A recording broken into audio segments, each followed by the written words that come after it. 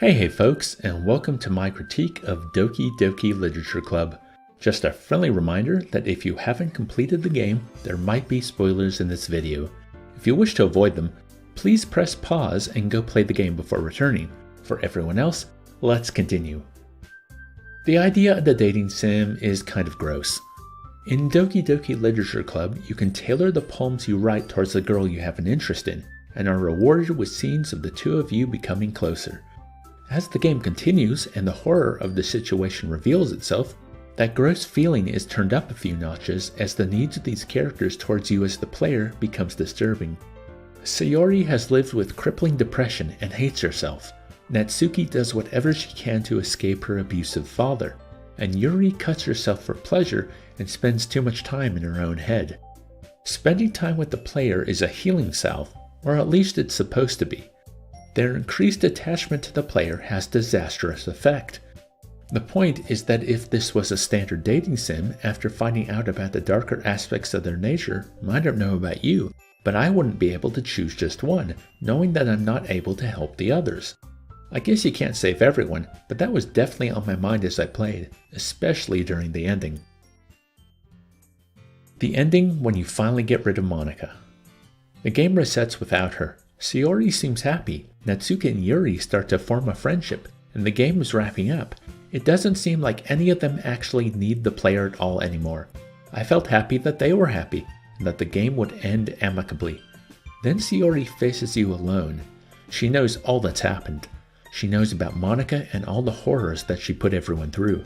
What's more, she wants to keep you all to herself just like Monika did.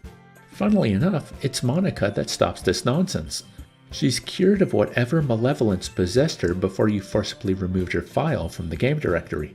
Sayori is cursed with it now. Before deciding to delete the entire game, Monika says that the literature club could not bring happiness. This caused me to think that it was the club itself that was the corruption, that the president of the club was affected by its malice, which of course led me to think if the club was a stand-in for the game, and for the idea of dating sims in general. These games can't bring happiness, and the only way for any of these characters to truly escape this hell is to never have existed in the first place. Non-existence doesn't seem to matter. If Monika is deleting the girls, how did they show up after you delete Monika? And how did Monika return herself?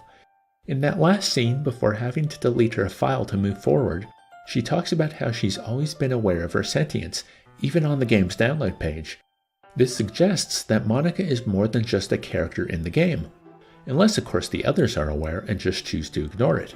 Sayori surely knows what's up at the end, and perhaps this lends credence to the game itself being a malevolent force.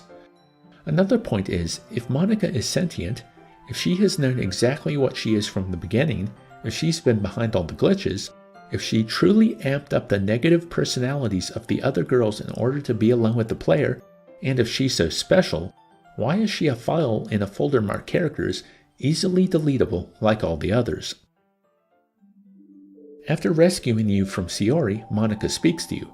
She sings you a song as the credits roll, deleting all the pictures that appear and deleting the framework that makes the game possible. To replay the game, you have to download it. It feels like in the fiction of the game, everything played out exactly as it was supposed to. Monika's sentience was just another game construct. It's just the game making her think she had control. She was as vulnerable as the others. In Doki Doki Literature Club, like most dating sims, every girl is in love with the player and we get to choose which one's affections to validate. These characters can't choose to not be in love with the player. This is all they can be. Monika, for all her supposed free will, is also in love with the player, and her actions are all justified in order to get you alone together. The game is cruel, however. The player cannot write a poem for Monika. The main idea of the game is that in a dating sim, you're choosing the girl. But what if there was a girl who chose you? Taking this idea further, what if the game was set up in a way that this girl wasn't a possible choice for the player? And what if the game let her know that before giving her power? While Doki Doki Literature Club could easily be a condemnation of playing this type of game, the player is not at fault for not choosing Monika. The game is. And that it let her think she had free will, I find that all the more horrifying. Thanks for watching. How did you feel about Doki Doki Literature Club? What are your theories as to what's going on? Do you blame Monica? Do you think there's something else at play here? Let me know in the comments. As always, if you enjoyed the video, please show your love with a like, a share, and subscribing if you haven't already. And I hope you're all having a wonderful day.